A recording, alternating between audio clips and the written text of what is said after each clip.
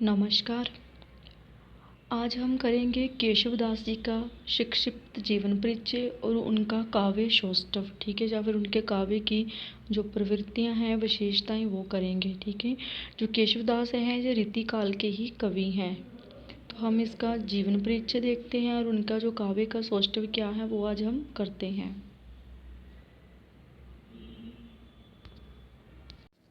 पहले इनके जीवन की एक रूपरेखा देख लीजिए। इनका पूरा नाम केशवदास है।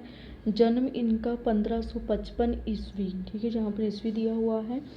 जन्मभूमि ओरछा मध्य प्रदेश है। मृत्यु इनकी 1617 ईस्वी में। और जो कर्म क्षेत्र है वो रीतिकालीन कवि हैं, ठीक है। नेक्स्ट देखो, इनकी जो मुख्य रचनाएं हैं वो कौन कौन सी हैं। रसिक प्रिया है, कवि प्रिया है। रसिक प्रिया का समय 1591 ईस्वी है। कवि प्रिया और रामचंद्रिका 1601, विज्ञान गीता 1610 और जहांगीर जस चंद्रिका 1612 ईस्वी। आगे आता है विशेष योगदान। हिंदी में सर्वप्रथम केशवदास जी ने ही काव्य के विभिन्न अंगों का शास्त्रीय पद्धति से विवेचन किया था, ठीक है। तो अब हम जो इनकी नागरिकता है वो भारतीय थी, अभी देख लीजिए। और जो इनके संबंधित लेख हैं वो वीर सिंह देवचरित और छंदमाला, ठीक है, जो इन्होंने लेख लिखे हैं। अन्य जानकारी है, आचार्य रामचंद्र शुक्ल के शब्दों में केशव की रचना में सूरदास, तुलसी आदि किसी सरलता और तन्मयता चाहे ना हो, पर काव्य अंगों का विस्तृत परिचय कराकर उन्होंने आगे के लिए मार्ग खोला, ठीक है। इन्होंने क्या है, जो काव्य के अंग होते हैं, छंद अलंकार, उनका विस्तृत परिचय इन्होंने करवाया है, क्योंकि इन्होंने इनका शास्त्रीय ढंग से उनका विवेचन किया है। अब हम देखते हैं इनकी काव्य की विशेषताएं, इनका जीवन परिचय, इनका विस्तृत रूप में हम देखते हैं अभी इसको।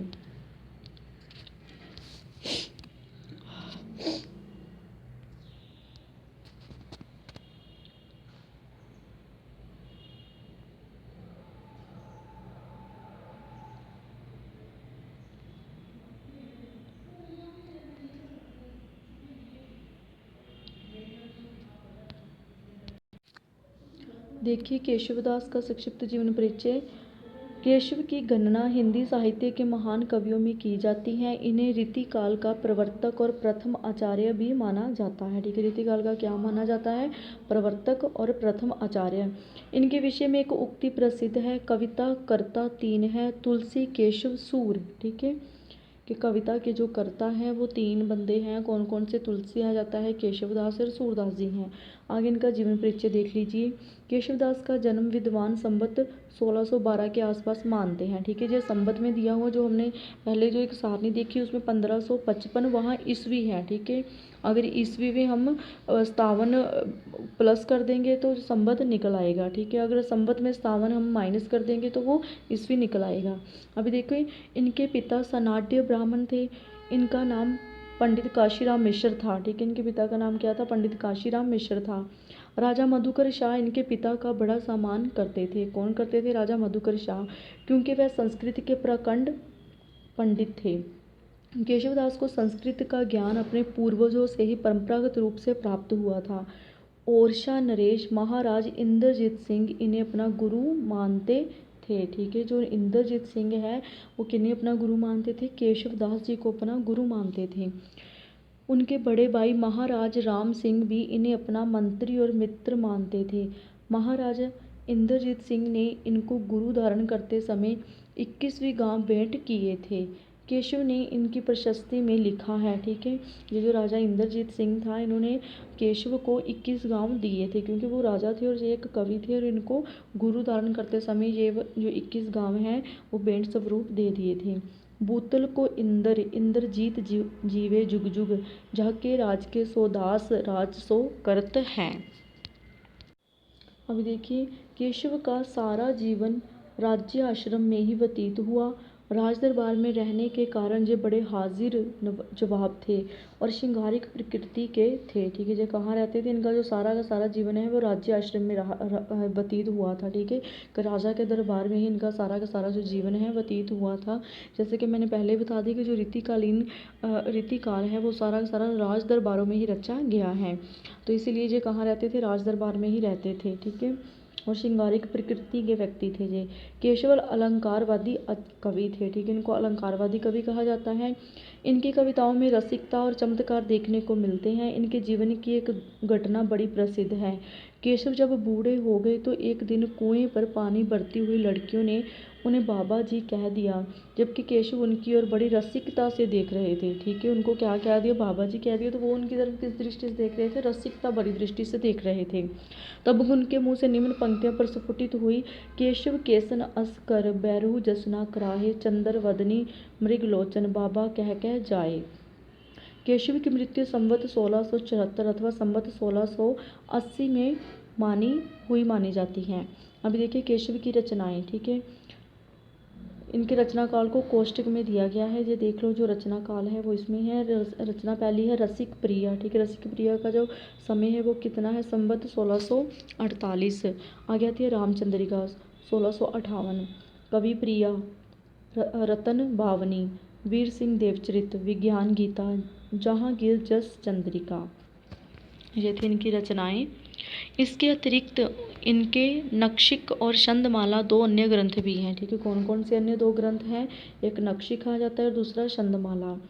इन कृतियों के अवलोकन से ज्ञात होता है कि केशव अपनी रचनाओं में वीर गाथा काल, भक्ति काल और रीति काल के काव्यगत आदर्शों का समाहार करना चाहते थे। ठीक है, अर्थात कि उन सारी की सारी जो भक्ति थी, वीर गाथा काल था, जब वीरता थी, भक्ति थी और रीति, इन तीनों चीज़ों का समाहार करके उनका आदर्श रूप प्रस्तुत करना चाहते थे अपने काव्य में। इन ग्रंथों में से केशव की ख्याति का आधार प्रथम 3 ग्रंथ हैं। ठीक है, जिनमें रसिक प्रिया है और कवि प्रिया काव्य शास्त्रीय ग्रंथ है। जो कौन से ग्रंथ है, काव्य शास्त्रीय, जिसमें काव्य के वो उदाहरण वगैरह दिए गए हैं, जहाँ क्या होते हैं। ठीक है, ये सारे बताए गए हैं। रामचंद्रिका रामचरित से संबंध महाकाव्य है। शेष ग्रंथ साधारण कोटि के हैं। देखिए, वीर सिंह देवचरित में इंद्रजीत सिंह के छोटे भाई वीर सिंह की वीर गाथा का गौरवगान है, और जहांगीर जस चंद्रिका में वीर सिंह के परम हितैषी सम्राट जहांगीर का जशोगान है। रतन भावली में ओरछा नरेश मधुकर शाह के पुत्र रतन सेन की वीरता का वर्णन है। विज्ञान गीता कवि की वृद्ध अवस्था की चर्चा है। ठीक है, जो सारी बताएगी कि कौन से ग्रंथ किनसे रिलेटेड है, क्योंकि वो अलग अलग जैसे राजा के दरबारों में रहे थे तो उन राजा को उन्होंने चित्रण किया है। तो जो विज्ञान गीता आ जाती है, जो इनकी वृद्ध अवस्था, जब जो बूढ़े हो जाते हैं तब का इसका चित्रण इसमें किया गया है। तो इसमें क्या है, आध्यात्मिक विषयों का निरूपण भी हुआ है। नक्शिक में परंपरागत उपमानों की सहायता से राधा के विभिन्न अंगों का वर्णन हुआ है। छंदमाला एक रीति ग्रंथ है। ठीक है, जो छंदमाला है छंदों से भरपूर ये ग्रंथ है और ये एक रीति ग्रंथ है। आगे आते हैं इनकी काव्यगत विशेषताएं। केशव के कविता प्रदर्शन के लिए केवल एक ही ग्रंथ उल्लेखनीय है, वो है रामचंद्रिका।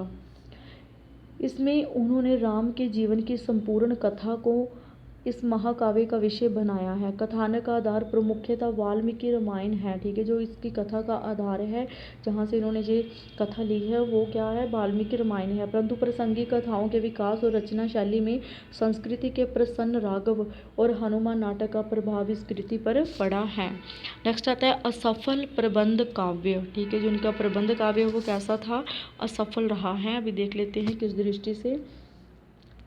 रामचंद्रिका को प्रबंध काव्य का रूप देने में कवि को सफलता नहीं मिली है।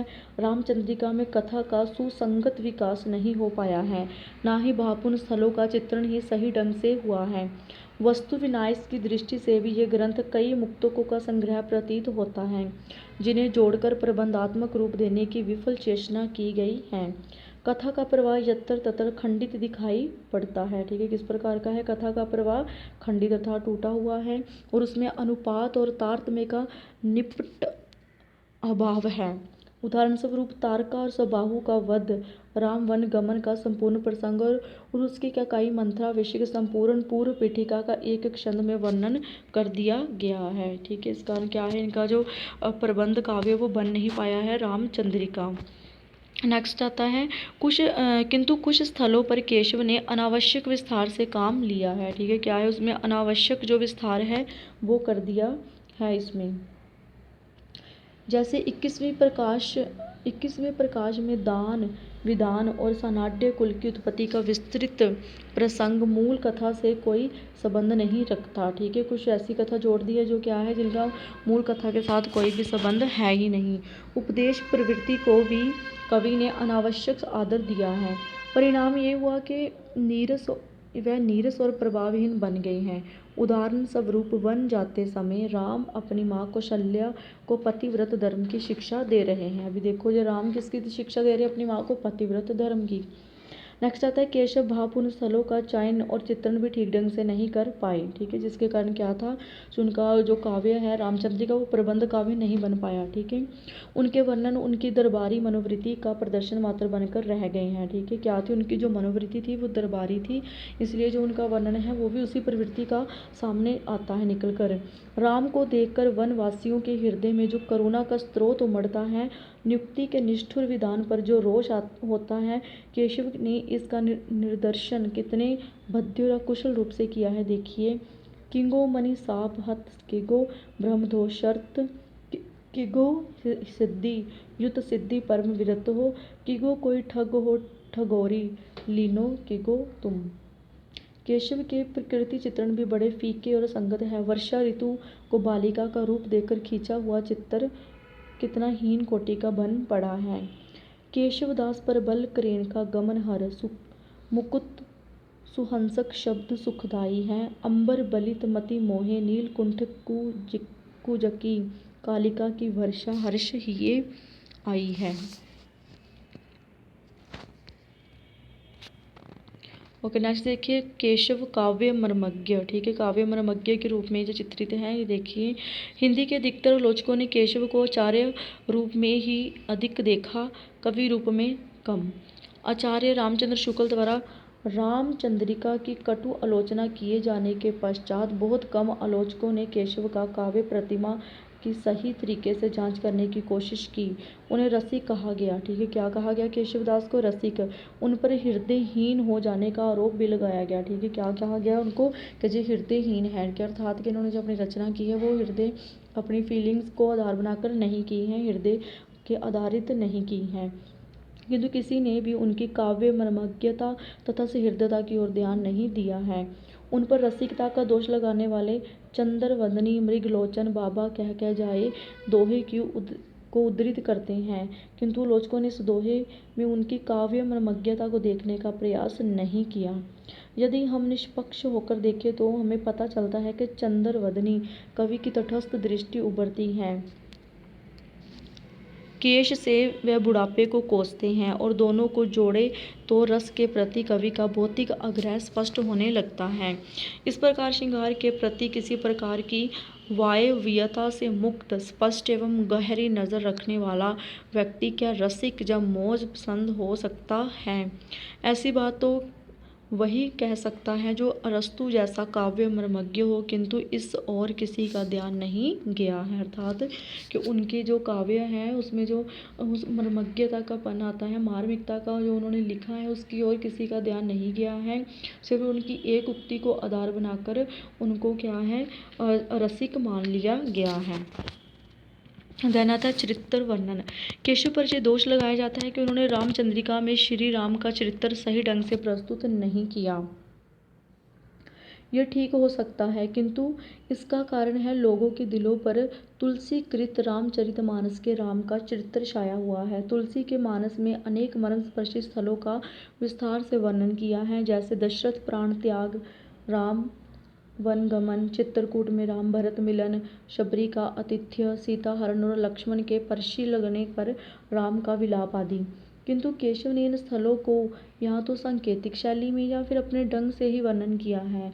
तुलसी का युग जिस प्रकार का था, केशव का नहीं था। ठीक है, तुलसी क्या थे, भक्ति काल के थे, लेकिन केशव क्या था, दरबारी कवियों में उनकी जो प्रवृत्ति थी वो दरबारी हो गई थी, क्योंकि उस समय जो साहित्य पूरा को पूरा दरबारों में ही रचा जाता था। अतः केशव का नाम राम के किसी अन्य रूप में लेना स्वाभाविक ही है। केशव तो राम की चंद्रिका अर्थात ऐश्वर्य के विषय को लेकर चले थे, इसलिए उन्होंने सीता स्वयंवर वर्णन, परशुराम लक्ष्मण संवाद, हनुमान लंका गमन, राम अंगद संवाद, राम रावण युद्ध वर्णन आदि प्रसंगों को ही चुना और उनका जमकर वर्णन किया है। नेक्स्ट आता है वस्तु वर्णन। वस्तु वर्णन के संबंध में केशव पर सबसे बड़ा दोष ये लगाया जाता है कि उनमें अनावश्यक विस्तार आ गया है, किंतु ध्यानपूर्वक विचार करने पर हम देखते हैं कि आलोचकों को ये चिढ़ वर्णनों से नहीं, उनमें अपनाई गई वस्तु परिगणन अथवा अलंकार प्रदान शैली से है, जो केशव को पैतृक संपत्ति के रूप में प्राप्त हुई थी। रामचंद्रिका में रोगुत प्रेरक वस्तु वर्णन उच्च कोटि का हुआ है, जो राम शायनागर वर्णन, राम के तिलक उत्सव का वर्णन तथा दिग्विजय के जाती हुई राम की सेना का वर्णन देखा जा सकता है।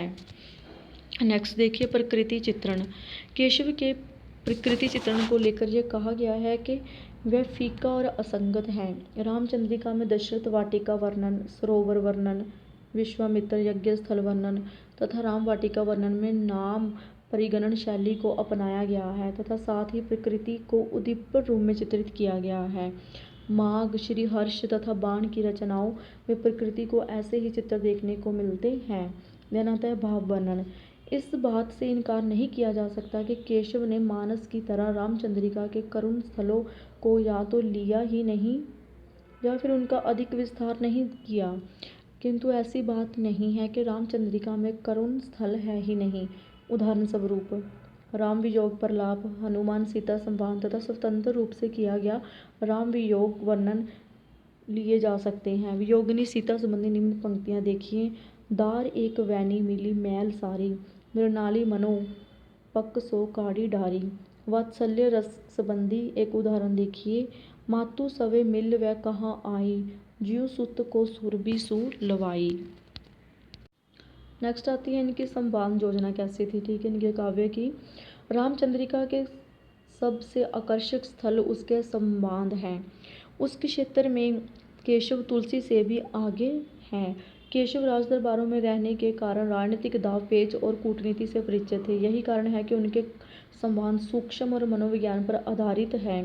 व्यंग्य इन संवादों की प्रमुख विशेषता है, ठीक है। इनके संवाद क्या हैं, जो डायलॉग जो किससे भरे पड़े हैं, व्यंग्य, ठीक है। यहाँ कहीं नायक के स्वर में व्यंग्य का, नायिका को बनाने का, हास परिहास का पुट आ गया है।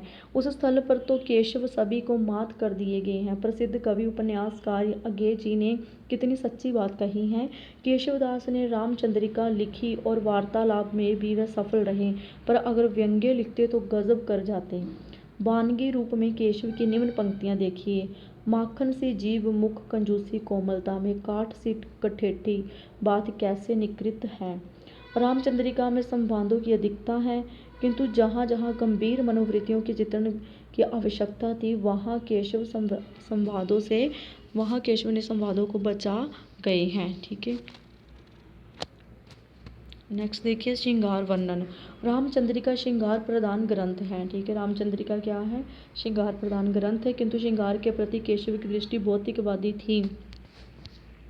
किसी वायावी लोक की माया में वे नहीं फंसे। परिणाम स्वरूप उनके श्रृंगार वर्णनों में रस, मर्मज्ञता तथा सरसता मिली।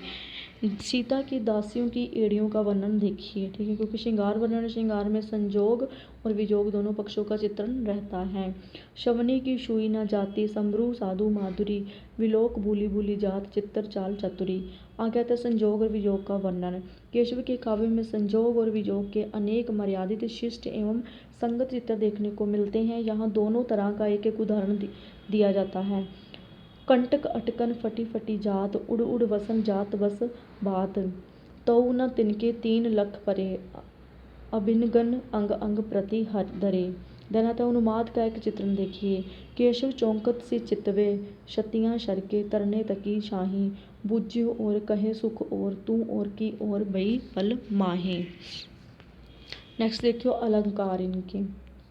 विशिष्ट अलंकारों के निरूपण में केशव ने दंडी, भामा आदि अलंकारवादी आचार्यों का अनुकरण किया है। कहीं इनके लक्षण और कहीं उदाहरण भ्रामक बन गए हैं। विशिष्ट अलंकारों में इन्होंने स्वभावोक्ति, विभावना आदि 40 अलंकारों का अपने काव्य में प्रयोग किया है। केशव की धारणा है कि नारी के समान सर्वगुण संपन्न कविता भी अलंकारों के बिना शोभा नहीं देती। अपना दृष्टिकोण स्पष्ट करते हुए वे लिखते हैं, यद्यपि सुजाति सुलक्षणी सुबरन सरस सुवृत्त भूषण बिनु न विराजे कविता बनिता मित। अर्थात कि जो अलंकारों के बिना कविता को मानते ही नहीं थे, ठीक है, वो कविता में अलंकारों का होना आवश्यक मानते हैं, क्योंकि उनको लगता है जो अलंकार है ये क्या है, कविता की शोभा कारक धर्म है, ठीक है, उसको उसकी शोभा को बढ़ाने वाले हैं, उसकी सुंदरता को बढ़ाने वाले हैं। नेक्स्ट आता है भाषा। केशव ने ब्रज भाषा को अपने काव्य का माध्यम बनाया है, परंतु भाषा सौष्ठव की दृष्टि से वे सूर आदि अष्टचाप कवियों के निकट भी नहीं पहुंचते। उनकी भाषा पर संस्कृत शब्दावली और बुंदेलखंडी भाषा का स्पष्ट प्रभाव है, किंतु माधुर्य और प्रसाद आदि भाषा के तीनों गुण केशव की भाषा में मौजूद हैं। आगे आता है, निष्कर्ष रूप में हम कह सकते हैं कि केशव के काव्य में अलंकारों का ऐसा चमत्कार देखने को मिलता है कि हमारा ध्यान उनके काव्य दोषों की ओर जाता ही नहीं। कविता के कलात्मक क्षेत्र में वे महान है, तभी तो उन्हें तुलसी और सूर के बाद हिंदी साहित्य में स्थान दिया जाता है।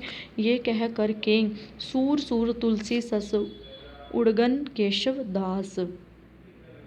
ये था आपका प्रश्न। रीति काल के जो कवि केशवदास का जीवन परिचय और उनकी जो काव्यगत विशेषताएं थी वो सारा, ठीक है, यहाँ पर यह समाप्त होता है।